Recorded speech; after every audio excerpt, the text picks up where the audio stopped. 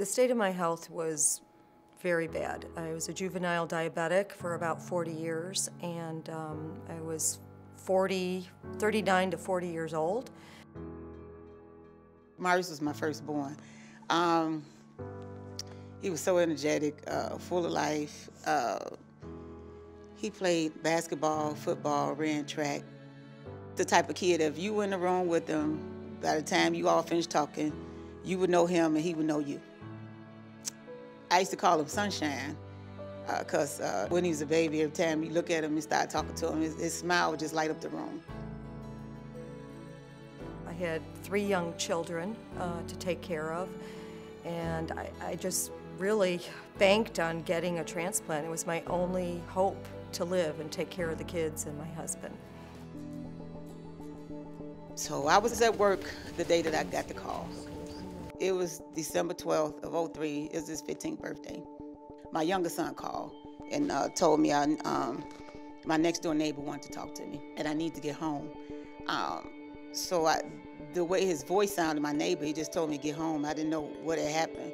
And that's when he told me the news that my son had got shot.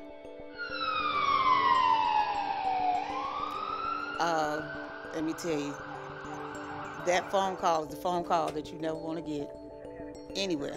Whether you're at work or at home, that's one phone call you don't want to get. So when I got to the hospital, I didn't know what to expect. And I saw my son hooked up to all his machines and on life support. After I saw the doctors had did everything humanly possible that they could have done. So I said to myself, I have this child who is energetic, full of life, very athletic, and so let me not be selfish and let me make the decision to donate his organs.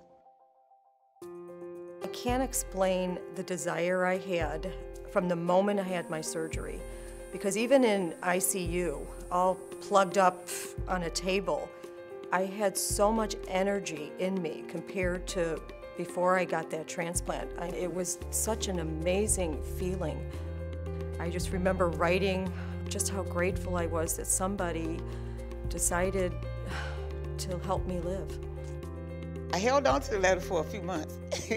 So I was told, well, should I call her? Should I not call her?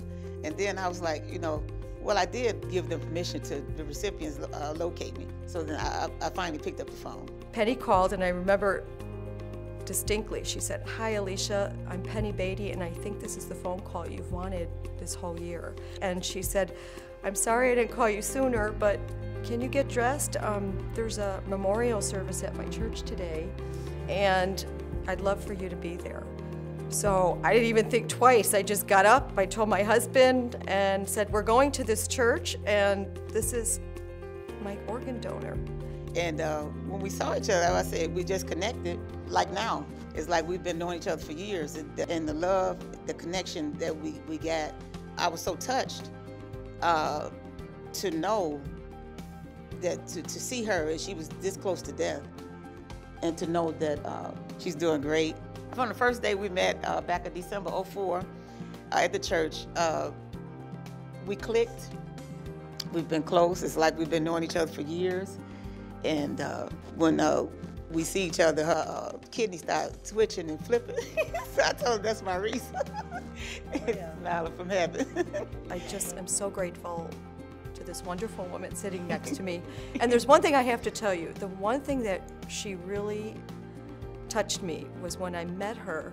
She told me, she said, "You know, Alecia, I had to take all that pain I had and turn it into some power. And I will never, ever forget those words, because every time I see you, I think the same thing."